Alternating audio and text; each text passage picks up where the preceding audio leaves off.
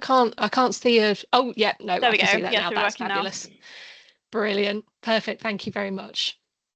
Okay, so so just for the benefit of the recording, welcome to this webinar on writing a conference presentation abstract for LILAC 2026.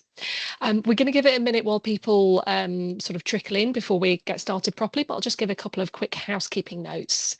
First of all, while we're waiting for for everybody to join us and get logged in, please introduce yourself in the chat. We'd love to know who you are, whereabouts in the world are you, and let's follow a theme here and say, what's the weather like where you are? And have you submitted an abstract to LILAC before, or have you been to LILAC before? So if people want to just type that in the chat, that would be great to get a bit of a sense of who we're talking to today. So as mentioned, we are recording. We will stop the recording when we get to the Q&A portion at the end, so that you can feel free to ask any questions without worrying about that being kind of captured for posterity. If I could ask everybody to make sure that your microphones are on mute while we're presenting, so that way we don't pick up any kind of background noise. And as mentioned, because we are recording, if you don't want to appear on the recording, because it will be available on our website, you might want to switch your camera off during the recorded portion. We will take questions at the end, so I've got some slides to go through that will probably take roughly half an hour, and then we'll have loads of time at the end for questions. Feel free to type any questions in the chat as we go along, and we'll come to and address those when we get to the end of the presentation. And if anyone would like live subtitles on today, if you click on the More menu, which is usually a 3-dot menu, my screen is at the top, but depending on what kind of device you're on, it might be on the sort of bottom right. But if you click on that More menu and then select Captions, that will enable live captions for you. Okay, let's see. So we've got, oh yeah, I can see more and more people joining. That's brilliant. Looks like everyone's in quite rainy places today. Fantastic. Thank you all for joining us. Okay, so let's just introduce ourselves. Sam, do you want to say hi? Yeah, thanks, Laura. My name's Sam Aston. I'm the Deputy Chair and Programme Manager. So along with Heather Lincoln, who's also on the call, we look after the programme for the LILAC conference and put things together. We send out for reviews. So we've just gone through the process of getting some new reviewers for the conference. And during the day, I'm a lecturer in the public health team at the University of Manchester. Thanks, Sam. And I'm Laura. I am the co-chair of the CILIP Information Literacy Group. So the ILG, if you're not aware, is the sort of partner body of the LILAC conference. And my day of job, I've put job in quotation marks because I am technically unemployed right now. I am currently a PhD student at the University of Sheffield. So I'm doing my PhD within the field of information literacy in the Information School at the University of Sheffield. Okay, so today's webinar is all about preparing and submitting your abstract for the LILAC conference. So let's talk about what that process actually entails. So this slide, don't worry, I'm not going to read out all of this content, but on this slide, I've just got some details on the sort of overall timeline of how the conference abstract process works. So as you're all hopefully aware, the call for presentations is now open. It opened on Monday. Yay! So if you have an abstract ready to go, you're quite welcome to submit it as soon as you can. But you have until the 13th of November to actually submit your abstract. So you've got a bit of time to think about and prepare it. And that's hopefully what this workshop today will help you out with. When you want to submit your abstract, you'll need to do so on the website, which is lilacconference.com. And just a quick note that you as presenter or as lead presenter, if you're part of a group putting in a presentation together, you will need to create an account on the LILAC conference website, and you'll need to make sure you do that under your own email address. So that's number one thing we want to flag up just right at the start. If you are registering for an account, please make sure you are using your own email address and not, say, a departmental or administrative website. So not like library@myinstitution.com, for example. Make sure it's your own email address, because that's also the account you'll use to register for the conference, and that is where all of the communication will be sent to that email address. So as mentioned, the deadline for abstracts is 13th of November. The day after the deadline closes, what happens is the abstracts get sent to our panel of peer reviewers. So we have a panel of reviewers who are all volunteers. So as is everybody involved with this conference, it's all totally run by unpaid volunteers. They're from all around the world, from all different kind of job roles and sectors and level of experience, but all with an interest in information literacy. So the reviewers very kindly volunteer their time, and they all look at about 2 or 4 papers each. And what they do is they go through the abstracts and they mark them, or they grade them kind of according to the reviewer guidelines. Now, those are available on the LILAC website, and we will be talking through what those guidelines are in a moment. And they do all this anonymously, so they don't know who submitted the abstracts they're reviewing. And when you get your reviewer comments back, you won't know who reviewed them either. So it's all kept anonymous, so it's all kind of nice and fair. What the reviewers do is they make recommendations on each abstract. So they'll either say, yep, this looks great, this would be really suitable for inclusion in the LILAC conference, or they'll say, unfortunately, we don't think this is right for LILAC, or they'll quite often say, we think this looks really good, we think this could be suitable for LILAC, but it maybe needs a couple of tweaks to make sure that it's definitely right for us. So all those reviewer comments are then considered by the programme committee. So that's headed by the lovely Sam, who we met at the start, and who is here on the call today. Sam, along with Heather, who I think is also here on the call, Alison Hicks, who is the editor of the Journal of Information Literacy, and we also have a representative from the ILG's New Professionals group as well.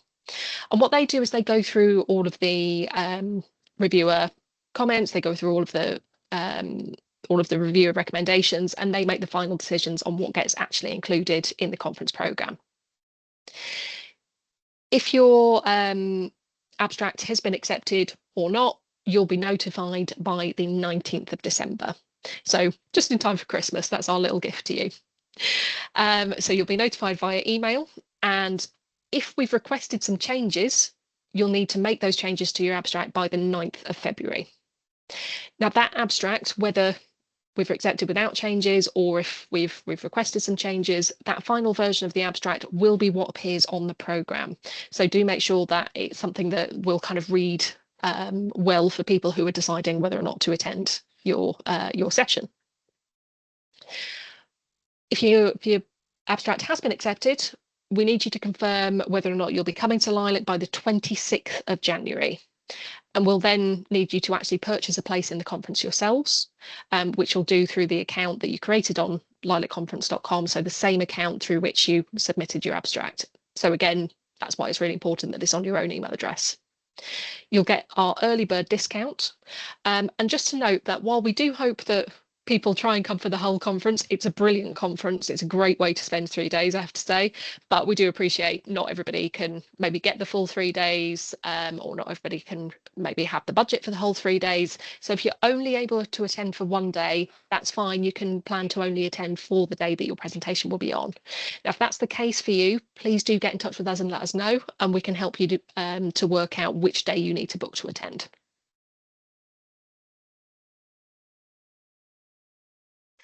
So let's talk a bit more about the abstract itself. When you're thinking about writing your abstract, bear in mind that it has 3 main purposes. So the first one, well, the most immediate one, is to persuade the reviewers that your work will be kind of suitable for inclusion in LILAC and that it meets the remit of the conference. So that's the number one thing you're thinking about when you first read it, because that's your first kind of gate to pass through, is persuading the reviewers that, like, yep, this is a LILAC abstract, this is right for LILAC. The second point, as I mentioned on the last slide, your abstract then ends up in the programme. So the second purpose of the abstract is to persuade people that they want to come to your session. LILAC has parallel sessions, so there will be several sessions running at the same time. So delegates all have a choice of which session they want to attend. So you want your abstract to tell people, you should come to my session, and here's what you're going to learn if you come to my session, and here is what you will get out of it, and this is why this session is good for you, the delegate, to come along to. So really have that in your mind as well, that like be very clear in your abstract about what people attending will actually get out of it. And the third purpose, I find this incredibly useful, is to summarise what you're actually planning to say and do. So I don't know about everybody else, but I certainly will put in an abstract for a conference, and then it will be months later when I come to actually put together my presentation, and I always find myself thinking like, what was I going to talk about again? So the abstract is quite a useful tool for yourself to summarise. Right, these are the points I'm going to cover. This is the content I need to include. So that is the sometimes overlooked, but I think quite an important purpose of the abstract as well. Hey, I've mentioned a couple of times the presenter and reviewer guidance. So for full transparency, here it is, and you will find this on the LILAC website as well. So don't worry about writing this all down from the slide, because this is all available on the LILAC website. So these are the guidelines that the reviewers use when they're deciding whether or not to recommend your abstract for inclusion in LILAC. So it will really make life easier for the reviewers as well as for yourself if you can have this in mind when you're drafting your abstract, and make sure that you're hitting these points, that you're making these points clear in your abstract, so that it makes it really nice and easy for the reviewer to go, right, yep, that's covered, yep, that's covered, yep, that's covered. So there's 4 points. The first one is originality. So LILAC is an information literacy conference. So we want to know, how does your presentation sit within the wider field of information literacy? How does it relate to other work that's been done? How does it build on previous work? And how is it different from other work that's been done in information literacy before? The second point is rigor. So your work, your presentation might not be about a piece of research. It might be some practice. It might be an example of something you've done, but we always want it to be rigorous. If you're sharing good practice, for example, how do we know that it's good? Have you evaluated it in some way? If you're talking about something that you're planning to do that's in quite an early stage, then can you make that clear in your abstract, and can you talk about how you plan to make it rigorous and how you plan to evaluate it in future? Think about being clear in your abstract about what stage your work is at, and whether or not it is something that we would expect to see some evaluation, or if you are simply describing something, or if you are just or if you are planning to analyze or evaluate something that you've done. The fourth point is method. So again, your work might not necessarily be research-based, but if it is, we need to know what kind of method you use to carry out the research, and whether that was an appropriate way to find out what the authors actually wanted to know. If it's not research-based, if it's practice-based, we still need to know how you actually went about doing what you did. So just make sure that that's clear within your abstract. And the fourth point is about contribution. So what is your work adding? What will the audience take away from your work? What will make your audience sit up and go, oh, I didn't know that. That's new. That's surprising, or that's different. Now, not all work is necessarily going to be, absolutely groundbreaking into discovering something brand new about information literacy. It's totally fine that your findings maybe are repeating something we already know, but maybe it's new in another way. Maybe it's applied in a different setting. Maybe you've taken a technique that's often used in academic libraries, and you've applied it in health libraries or school libraries. Or maybe you've taken a slightly new method at evaluating a problem. So talk about how what you're doing is kind of adding something to the field, whether it's a brand new contribution or whether it's just a slightly new or slightly different angle on things that we already know.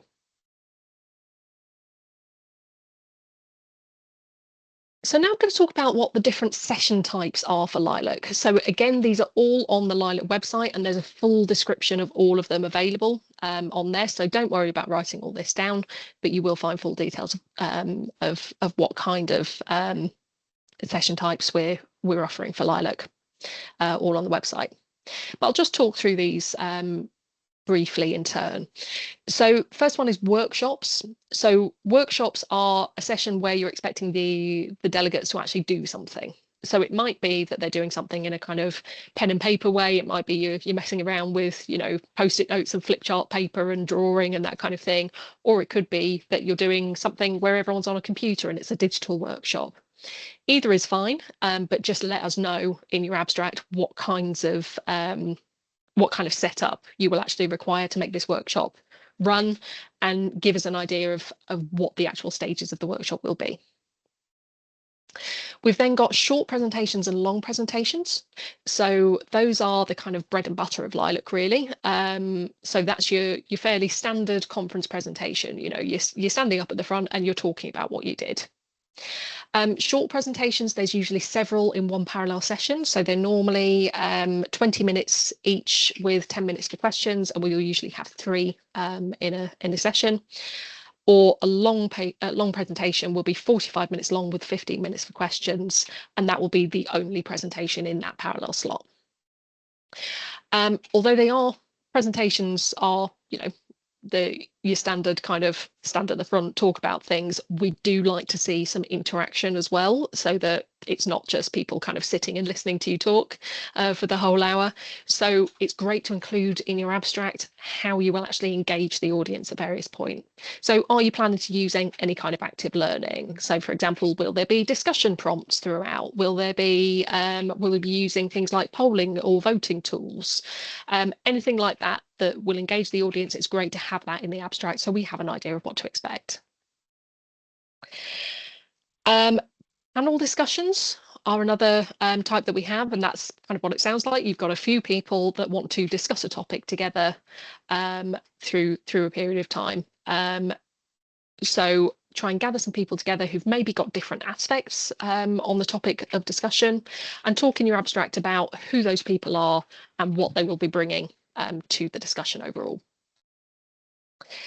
The wild card, now this is the fun one. A wild card can be pretty much anything you want, within reason. Let's do things that are like physically possible to do at the conference.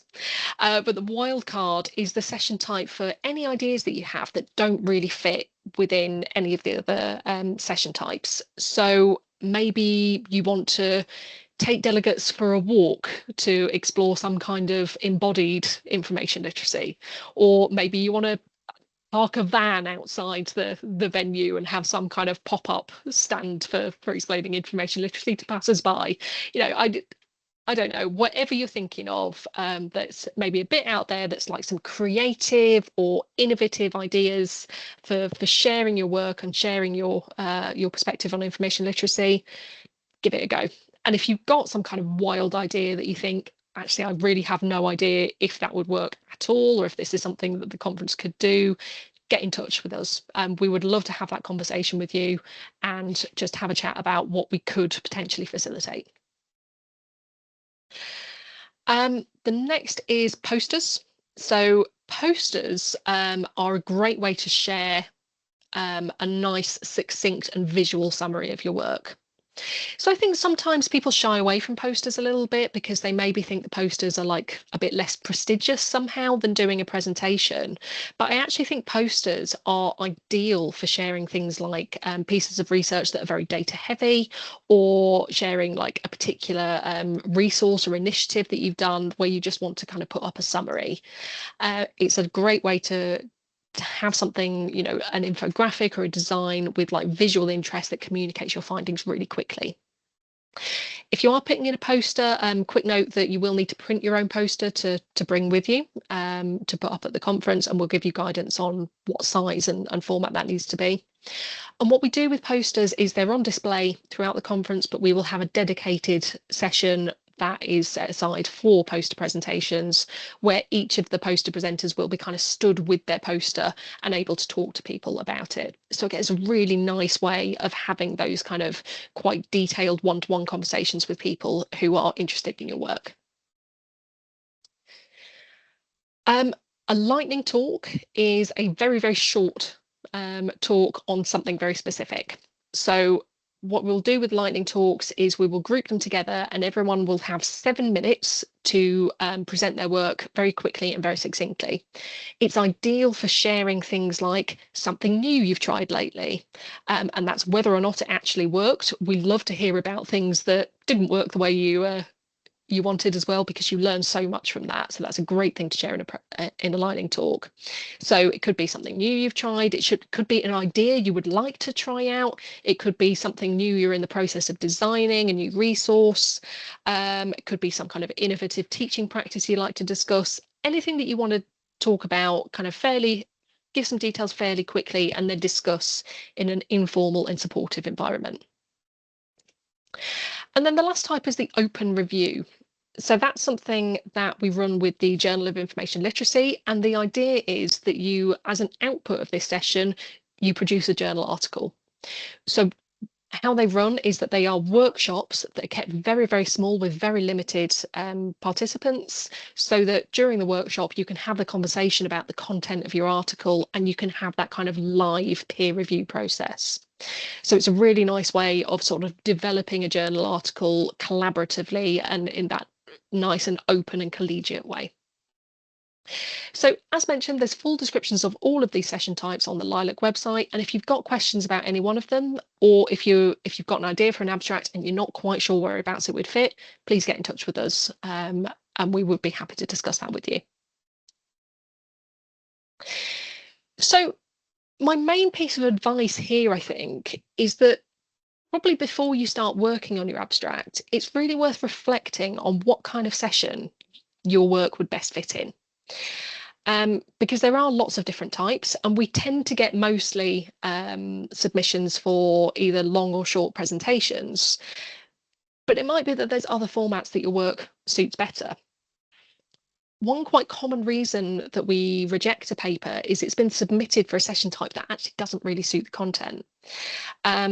So we sometimes reject papers, and we very often go back to people and say, you've submitted this as a long presentation, but actually, would it work better as a workshop?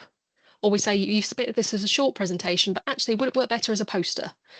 And sometimes people kind of reject us for that and say, actually, they turn us down. They say, no, we only want to do it as a presentation, which is fair enough. But I would say, don't get too hung up on it must be a presentation or nothing, because ultimately the goal is to share your work and to get it seen. And if there's ways of doing that that suit your work better, then think about, would it be better to do it in that format rather than miss the opportunity entirely? So do think about what kind of session your work fits best in. We love to see workshops, for example. We love to see anything kind of interactive or things that are kind of really engaging for the audience. So think about where your work might be suitable to work in that way. Okay, I'm going to hand over to Sam now, who's going to talk a little bit about this kind of example abstract and about some of the reasons for rejecting or revising abstracts. Thanks, Laura. I hope everyone can hear me okay. Yep, I can hear you fine. Perfect, thank you so much. So we debated a little bit about what kind of abstract to show you, whether we showed you one that we'd ask for amendments on, whether it was something that we'd rejected. We went with something that was a positive, because that's the best way to learn, is to kind of see what's something positive and where they've done something well. And so this is an example of an abstract that was immediately accepted, both by the anonymous reviewers and the programme panel that then looked at the reviews. This was taken from LILAC 2022. I haven't changed this. I looked at changing it and updating it for this session today. It's quite difficult to find an abstract that fits on a slide and that captures everything that we want it to, and this one does. And so overall, what I would say, and have a look through this, overall what I would say is this abstract was really well written. It met the reviewer's guidelines by capturing everything: originality, rigour, evaluation. And what I really like about this is the way it's broken down into such short paragraphs that makes it really easily digestible. So that made it easy for the reviewers, but also makes it really easy for delegates to look at as well when they're looking at the programme and they're selecting which sessions to go to. It was within the word limit, but it was really easy to grasp very quickly what the presentation is going to be about. Very succinctly written. What I like about it is it gives enough context and background, and it's very clearly grounded in current information literacy literature. So you can see that from the references that are included. But it doesn't just do it once, it repeats it, and it does it a couple of times. So you can see how it links back to information literacy, not just once, but twice and 3 times. This is really important, and really surprisingly, we do receive quite a lot of proposals where that link to information literacy isn't quite as explicit as we'd like. So quite often we either ask proposers to either amend and add that because we can see that it should be there, but it's just been omitted. But also we want it to be really clear. But so sometimes we do have to reject on that basis as well. It brings in that personal lens, so you can see a bit further down it talks about them as an individual. Yeah, so who's presenting it, not just what's being presented, but who's presenting it, and that brings in that originality, that aspect of originality, that I think is really important. So sometimes there is nuance in that originality, as Laura just said. It might be something that has been done before, but you've done it either in a different context or a different setting. You've applied something slightly different. And so being able to bring that in and show that to the reviewers is really important, so that you can really indicate where that originality lies. And so you can still be doing something that perhaps has been done before, but does link up to that originality aspect. So be really clear on how that originality fits in, and that might just be from you as an individual, which is the case here.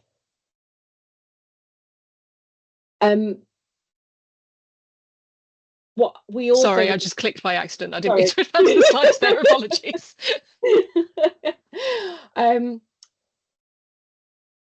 So it thinks, so this abstract demonstrates that and how it will advance that. There are clear aims. So you know it's a knowledgeable presenter, all right? You know that it's relevant, you know that it's innovative, and it's an important topic. So you're highlighting, this particular abstract highlights all of those things. It's important, it's innovative, it's got a clear aim, and the presenter knows what they're talking about. And so you're trusting that presenter immediately. What we also like about this, and is commonly seen within many of the abstracts, and you can look at previous abstracts from the conference by looking at the archive, is right at the end, you can see that engagement factor. So you can see how the presenter is going to engage the delegates. Yeah, you're making it very clear what the presenter's going to give to the delegates, so that they can walk away with. Yeah, it's clear what they're sharing and what their intention is, what they're gonna, the gift that they're going to walk away with, because ultimately the conference is about sharing. And I think that that's really important. So you'll see that quite often at the end, and that's a really good place in an abstract to see that, because and you're thinking about not just the reviewers but the delegates choosing this session out of perhaps one of 5 parallels that might be running at the same time. They can instantly see what they're going to gain from attending that session. What isn't on this slide is the title, and we do quite often ask presenters to change their titles. Often they're too long, which you kind of it might go off the edge of not a page, but it's a little bit too long or a little bit too vague. So the focus is really, really important. And the title should reflect the content. It's really important that it's explicit, that it's not vague, you know, that somebody can read the title and cognitively understand it really quickly. And some people, and I would include myself in that, Laura, you can say whether you would or not as well. Sometimes my decision is based on the title itself, and perhaps on maybe the first few words of that abstract. So really important to get that title. I 100% agree. I think we would love to imagine, wouldn't we, that every delegate like reads very carefully in detail every abstract to make their decision. But realistically, I make snap decisions based on what does the title say, and does the title sound like it's something that I would be interested in attending? Yeah, 100%. Yeah, it's a bit like looking at a menu, isn't it, sometimes? And the programme for LILAC can be quite overwhelming. You know, sometimes I know many of you have said that you have been to LILAC before, but sometimes you're looking at perhaps maybe 4 or 5 parallel sessions that are running simultaneously, and you're having to make a decision. It's like looking at a menu for pizza and really not knowing what you want to go to on that day, what you want to eat, what do you want on your pizza that day. And so as part of your abstract writing, it's really important to have that title and all of the key things within your abstract as well. Next slide, please, Laura. Sorry, I work in public health, so it amuses me highly whenever I get to say that. Okay. So you've seen an abstract a proposal that was accepted, that captures the ideal things that we're looking for when we're looking at proposals.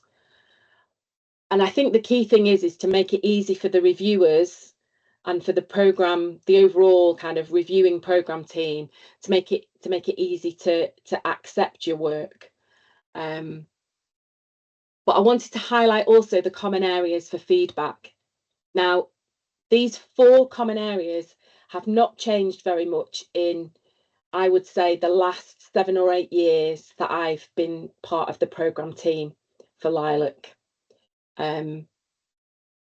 So these are the most common areas when amendments are required or proposals are declined. And these all link to the reviewer's guidelines, to this idea of originality and rigour. So the first one is there is little or no evidence that the work's grounded in literature, in information literacy literature, or it's connected to those wider conversations that are taking place, or its related fields. So the question you have to ask yourself is, where does your work fit? How does your work, what you've been doing, how does it link in to the current literature? It might link to a previous LILAC presentation. You might have been inspired by a previous LILAC presentation. That works.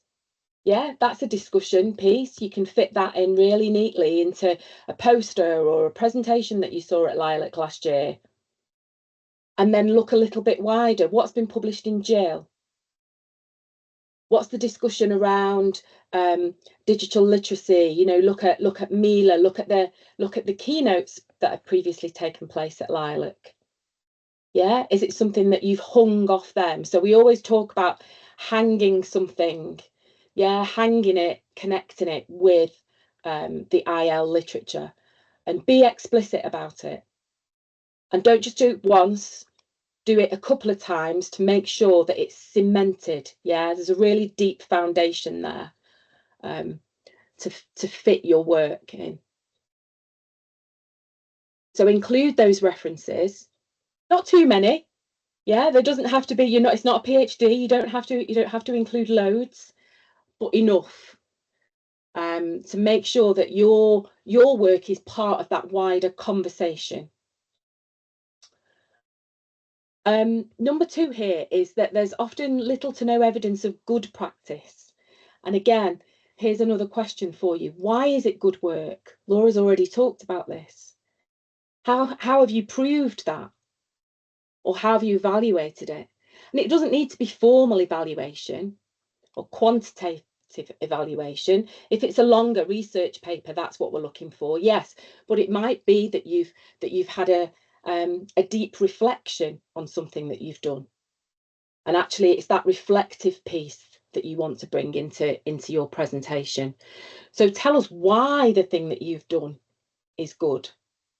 Yeah, and reflect upon that and bring that evaluation into the abstract. Number 3 is the clarity of expression is not always clear to us. So we don't know what you've done and what's in your head, how you've linked things up. So it's really important that you are absolutely clear what it is that you're going to be doing. And this question, are you describing, analysing, or researching? Are you telling us about research you've conducted, an activity that you've already done and you've evaluated? What is the focus for the session? What do you want your delegates to walk away with? And what I would say here is that we quite often get some very long abstracts and proposals where there's a lot of background. So they go into more background than actually what they're actually going to do in the session. And it is about getting that balance. And you could see that actually in that abstract that we showed you, that there was enough to say this is rooted and grounded in IL practice, but this is what's going to happen.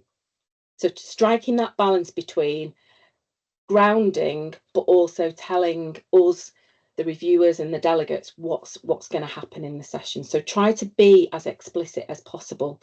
Get someone to read it who has no idea of what you're proposing. Is always a good way of working through that particular aspect, because sometimes we do read things and people have talked a lot around something but not actually told us what they're going to present. Yeah, and so we ask for a little bit more clarity. Finally, number 4, it's about evidence of originality, and this does come up quite frequently. So how is it what you're doing is new? It might have been presented previously. So what is that new thinking? What's that new context for what it is that you're doing? It's okay that you're repeating something that's been done previously. So what new aspect have you brought in? What's that new lens? You know, if you thought, aha, yeah, that's great. I've seen that workshop and I'm going to do that in my classroom. So what was different about how you did it in your classroom? Was it the people that you did it with? Was it the students who you were working with? Was it the professionals that you were working with? Was it the general public who you were working with? The school-aged children? Yeah. And that transferability across different contexts is so vital. And I'd love to see more of it at LILAC. Yeah. When we go to see someone from a school who's a school librarian practicing information literacy with perhaps Key Stage 4, yeah, how does that then translate into higher education or into public libraries? Yeah, so bringing in that new perspective and make sure that that's really clear within your abstract.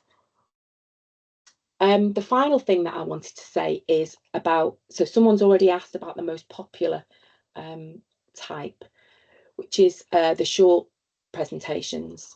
The acceptance rate generally for the conference is anywhere between 65 and 75%. We're always looking for the positives. We don't readily decline. That's not what we're looking for. But we do get more than we could accept. And one thing to consider is just getting it through past the reviewers. Yeah, make it worth the reviewers' time in reading it, because it's, as Laura says, they're volunteers. We're all volunteers, and the reviewers' time's quite important, and they'll give you some really good feedback. Okay. going to hand back to Laura. Okay, that's brilliant. Thanks, Sam.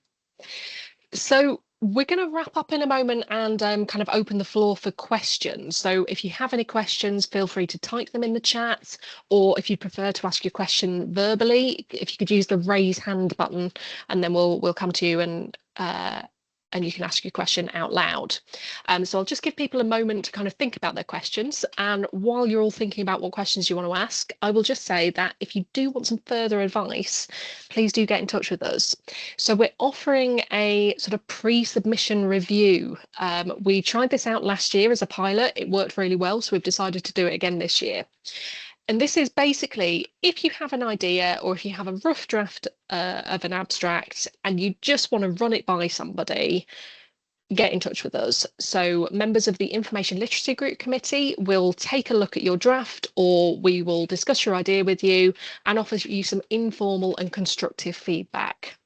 Now, this sits outside of the official review process. So members of the Information Literacy Group Committee, we are not part of the programme team. We do not make the decisions on what gets included and what doesn't. This is purely to just help you with kind of another pair of eyes, with a little bit of friendly advice and a little bit of friendly kind of constructive feedback. I should also highlight that if you make use of this process, we can't guarantee that then your abstract will be accepted, because that's not up to us. But all we're doing is just kind of helping you submit your abstract with confidence, because we know that there's lots of people who think about submitting to LILAC, but either you've never done it before, you've maybe never done any conference abstracts before, or you've only done posters, or you've only done it as part of a group. So maybe you feel a bit uncertain about, is this the right way of doing it? This process is just aimed to kind of help give you a little bit of confidence in submitting your abstract. So if you do want to make use of this, get in touch with us by 4 p.m. GMT, so UK time, on the 30th of October. So that's a week before the deadline ends. So that way it gives us time, or is it 2 weeks before? I actually can't remember. But at any rate, we've picked that deadline, so it basically gives us enough time to have a look through and get back to you, and then gives you enough time to make any amendments that you then want to make before actually submitting in time for the deadline. So if you do want to take advantage of that, email us silipilg@gmail.com, and I will pop that in the chat as well. So do feel free to get in touch if that is something you would find useful. Okay, Bethan, could we stop the recording now so we can move on to the sort of Q&A